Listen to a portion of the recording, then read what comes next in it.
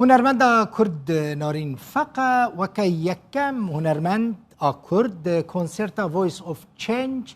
سویدی دا بشدار بو 3 استران به زمان کردی پیشکش کرد. نارین فقه که خلقا دیری که جروداوی را گود او یکم هنرمند کرده که دا کنسرت وایس آف چنج دا بشدار ده به او کنسرت جا آلی حکومت سویدی و تی آمده کرن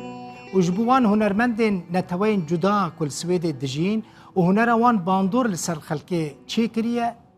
تی ساز کرن. نارین فقط بیجه 5 موزیک جن ده کنسرت ده بشدار بونه که اندام ارکسترا نشتمانی سویدینه.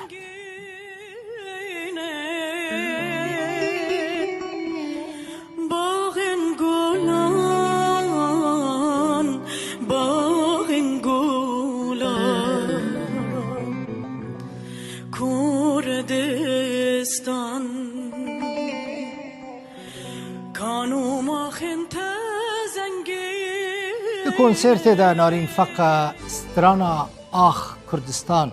یا هنرمند هوزان سرحد و گر بیریا تبکم و دستران گالری پیشکش کن هفجین وی علی شاکرجی وک موزیک جن سازتی دا بشدار بویه و شاپور باستانش سیار جی کار موزیک استرانان چی کریه نوت جیرا نویسانده حتی داویه بولتنی کال